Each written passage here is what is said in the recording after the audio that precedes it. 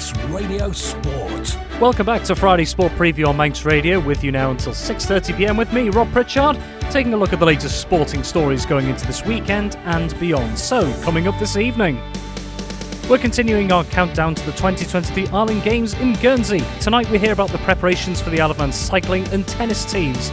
The island's gymnasts are getting ready to head to Scandinavia this weekend ahead of an exciting international competition throughout next week. And a Manx Rugby Club is celebrating an important milestone this weekend with an event which will include a trio of England rugby stars. That is all to come this evening.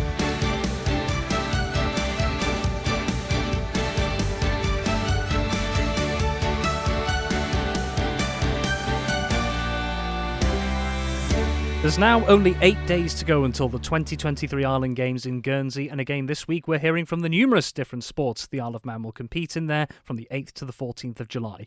Next up is a sport the Isle of Man has become synonymous with in recent years, cycling.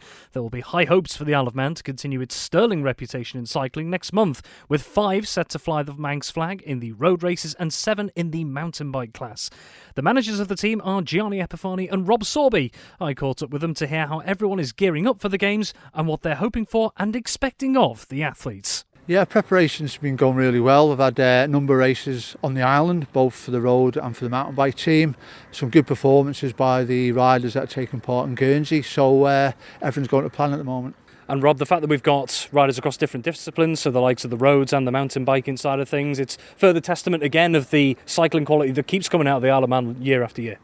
Yeah, we've always performed well as a sport cycling in terms of the Island Games. I think we're the leading medal haul in terms of since it's been going since 1985. So, yeah, this group of people who are involved, the team that we've selected this time, we're going there with high expectations, as we always do as a cycling team. The fact that you do have basically everyone together almost all the time, that must be really good from your team management side of things to get everyone into a rhythm. Everyone's, I suppose, reading off the same page going into what's going to be naturally high competition in the cycling in the Island Games.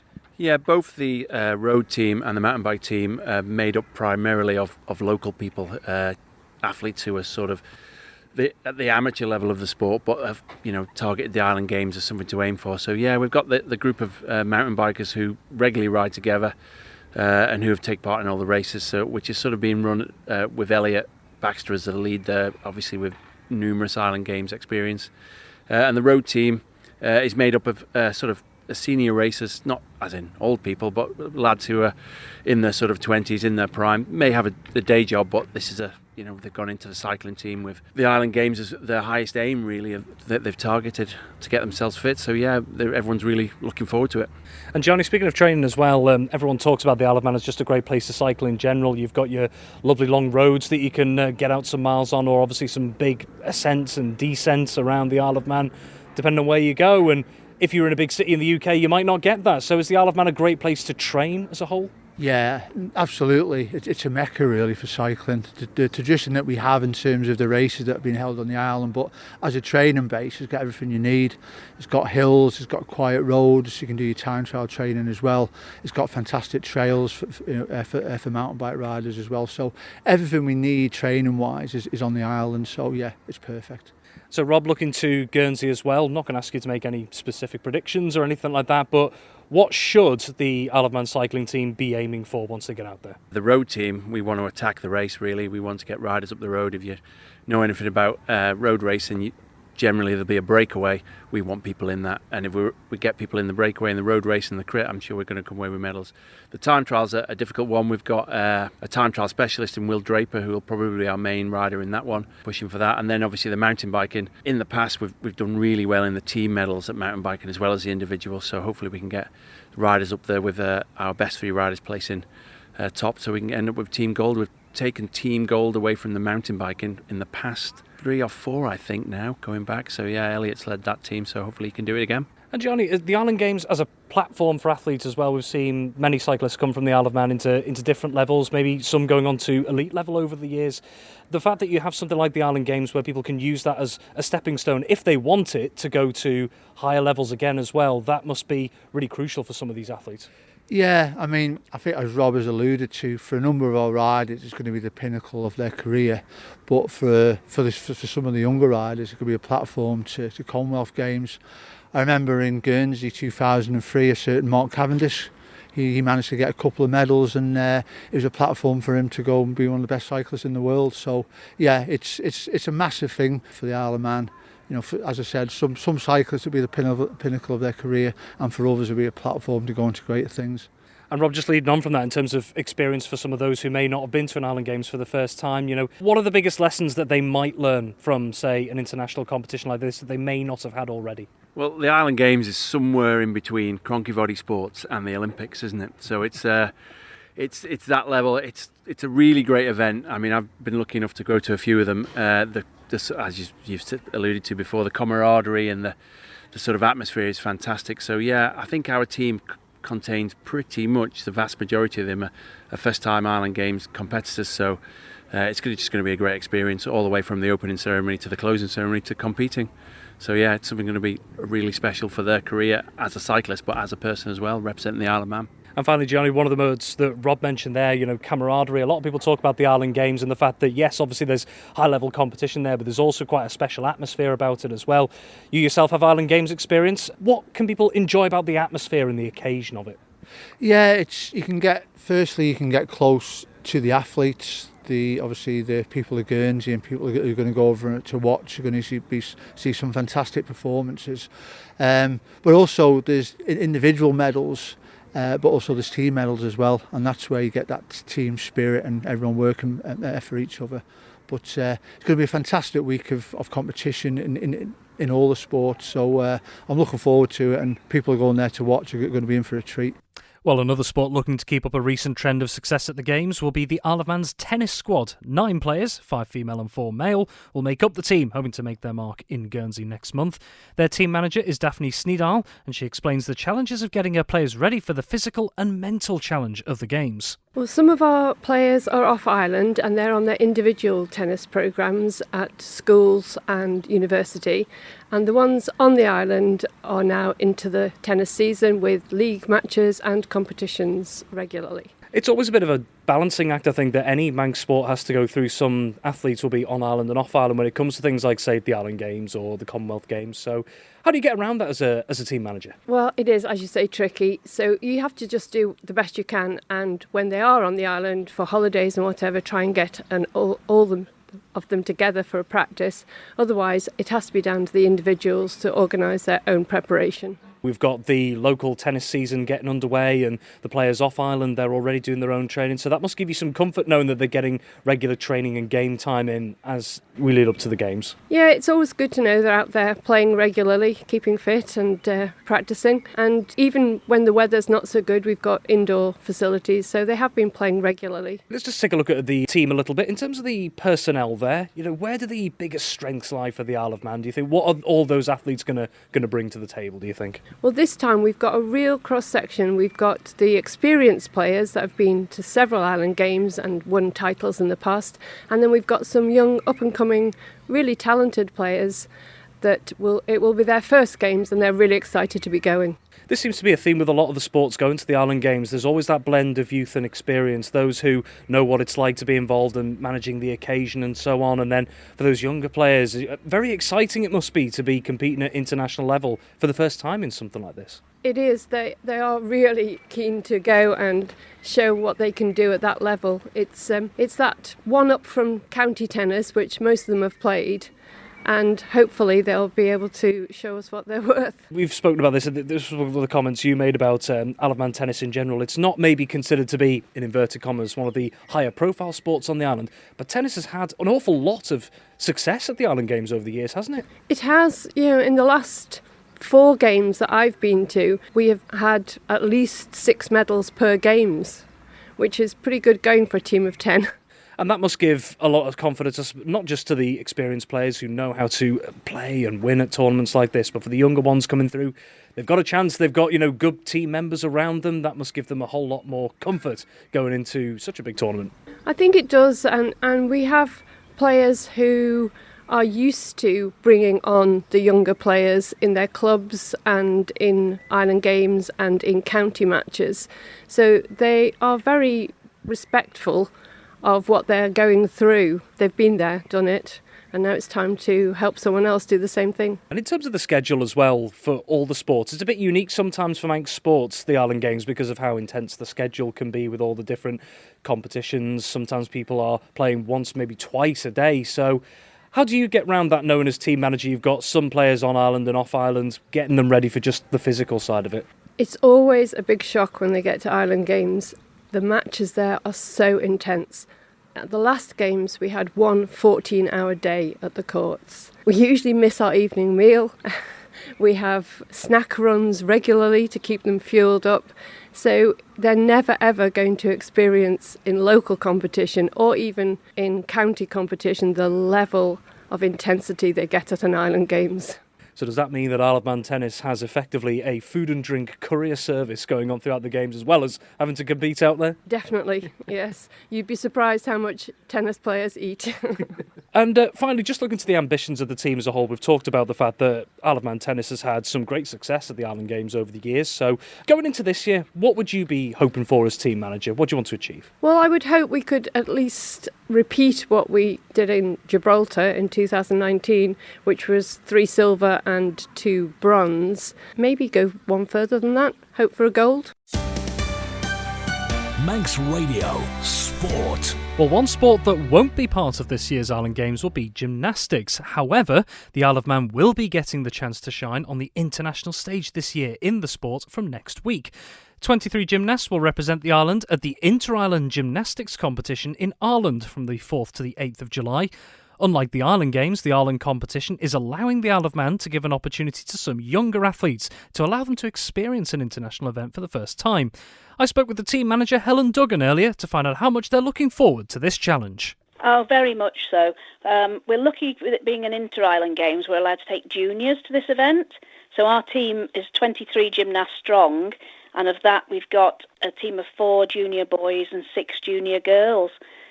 This will be their first time they've ever experienced anything like this, and we just really hope they enjoy the experience. And that's one big thing of these trips to the likes of the Inter-Island Games, is it gives athletes of all sorts of different ages the chance to experience, I suppose, an international competition and an occasion.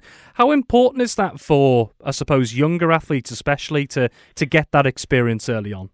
Well, it is very, very important. The senior teams we're taking, they would be potential Commonwealth Games gymnasts of the future. So this would be a stepping stone for them, getting on a podium, training with other international athletes, staying away for this length of time. It's all brilliant preparation if they do go on then to the Commonwealth Games. And in terms of the Inter-Island Games, just for those who maybe don't know the ins and outs, so when is it taking place, over which dates, and also which other nations are going to be taking part? Okay, so it's the actual competition days, it's the 4th to the 8th of July, and we've got 10 gymnastics nations going. We've got Ireland themselves, Scotland, Jersey, Guernsey, Ynys Môn, ourselves, Shetland, Orkney, Faroes, and the Cayman Island is coming as well. And the fact that you can, I suppose, meet so many other different people from different cultures as well, a bit like the Island Games.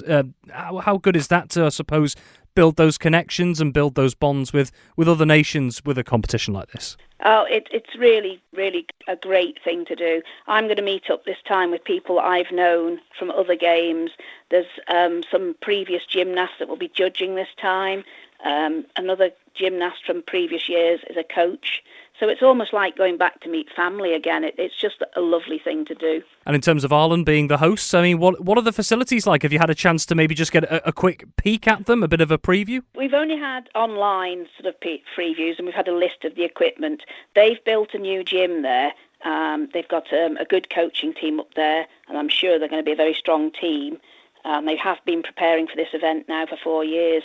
With COVID sort of being in the middle of it, they've had extra time to prepare. Yeah, the gym looks super, the equipment looks great. Really think it'll be a good competition for us all. And just one final question. I'm not going to ask you to predict anything or whatnot with the team that's going out there, but what are you, I suppose, hoping for as a team? You've got that mix, like you say, of youth and a bit of experience in there. What would you like to get out of these Inter-Island Games? Oh my goodness! Well, we're hopeful of some medals. There should be no reason whatsoever why we don't get some.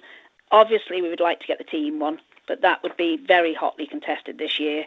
So the children will really have to be strong with everything they've been practicing if we're going to contend on the team competition.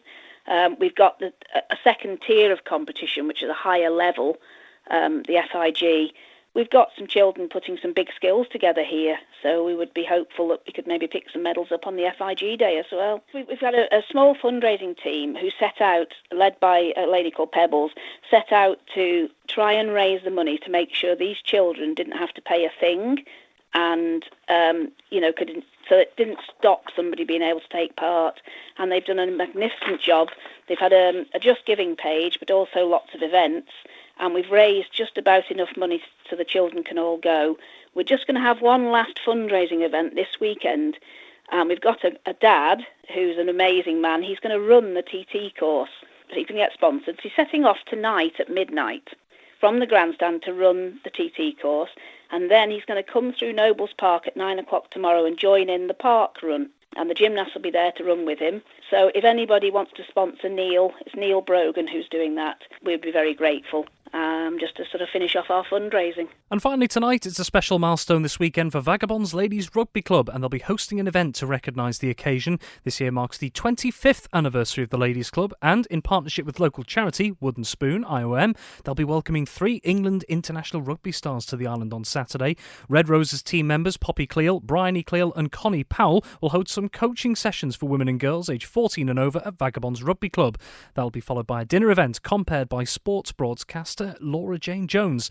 I spoke with Vaggers ladies player Lauren Ellison and Joe McCabe from Wooden Spoon to find out what this event and the club landmark means to them. It's such an amazing, to start this year with this event is such an amazing opportunity, and I think all the girls feel very lucky that we are having this. The 25 years from where the ladies started to where they are now, they've come a massive way. To the fact we're in the leagues playing now, we're growing in numbers, we're growing in understanding about the women's game. It's just grown and grown. So this opportunity, and to have 3 England players coming to the Isle of Man, is so unique, and we feel very privileged that this is happening for us this year. And like you say, the club has just continued to grow over that time. You've got great interest at the moment in it as well. So where does that come from, that continued growth? I definitely think seeing it more in the media, seeing it more on TV is playing a massive part on it. You like the World Cup, the Six Nations, they got more coverage this year, so it's easier to access the women's game now, whereas men's game you can see that all the time. But to see the women's game, which I do think is slightly different to the men's, although it's same rules, same practice,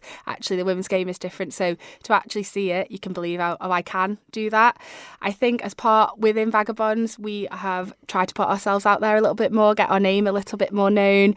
We've been trying to get into schools, we've been doing local events. So we're just letting people know we are here, we're here for female rugby. If it's something you might be interested in, whether that be touch or contact, we're just putting ourselves out there and saying, come and give it a go. So I think that's definitely helping. And Joe, coming back to you, we've got 3 of the Red Roses players coming over, as well as a very well-respected broadcaster as well as part of it to compare it as well. So how much of an inspiration could an event like this be to those who are maybe considering getting involved in women's rugby? I think it could be very inspirational. The session on Saturday morning is twofold, really. So we have part of the session. The first session is actually for girls and young ladies over 14 and 18 to come along, and they're going to do some coaching with them. You can be a novice, you can play regularly for your youth section of your club, play at school. I think meeting these ladies and seeing what they've achieved, and also seeing that rugby actually is for all shapes and sizes, all abilities, the inclusivity of it. I think to actually see that in the flesh and see people that have achieved some very great things like unbeaten records and all the accolades that come along with the girls.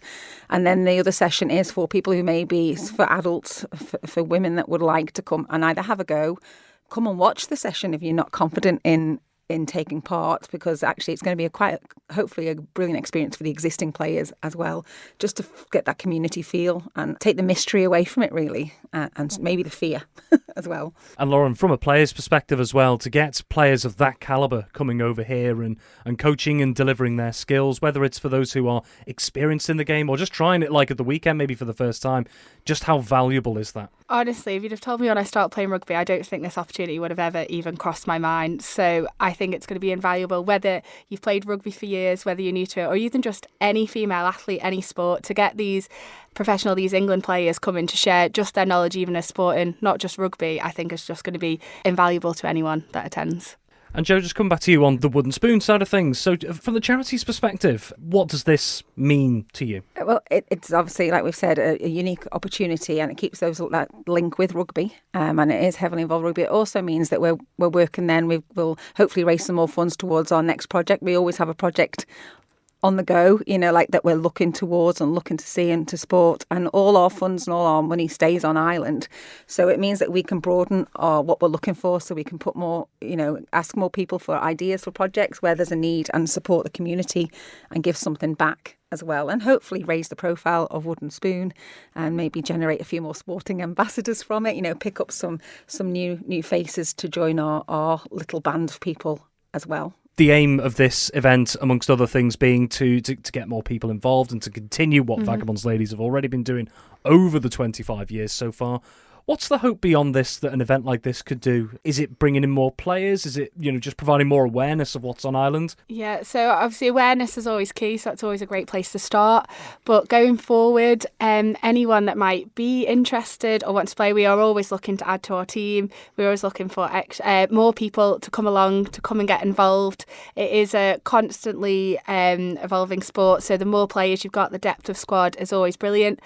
If people come along and they're not so keen on the contact, nobody is going to force you into it. They're not going to make you.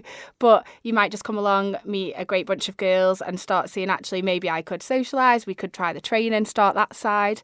In terms of the younger girls, it is definitely something as a club, even like as an island, I'd go as far as to say that youth female rugby is something we really want to push and want to start going further with. But until we get more numbers and more girls actually saying, oh, I could do this, we're not going to go any further at the moment, but we're getting there. Manx Radio Sport. Well, we'll round off this evening with a mention for the Manx missile himself, Mark Cavendish, who from tomorrow will begin what is expected to be his final ever Tour de France campaign. And Mark Cavendish looking to etch himself into the history books as he chases a 35th stage win of the Tour de France, which, if he is able to do so, would make him the greatest Tour de France stage winner of all time. So best of luck to Mark Cavendish from everyone on the Isle of Man over the coming weeks. Thank you very much for joining us on Friday Sport Preview this week, and as ever, many thanks to my guests. Have yourself a wonderful Friday evening and a wonderful weekend as well, as always. But from me, until next time, it's bye for now.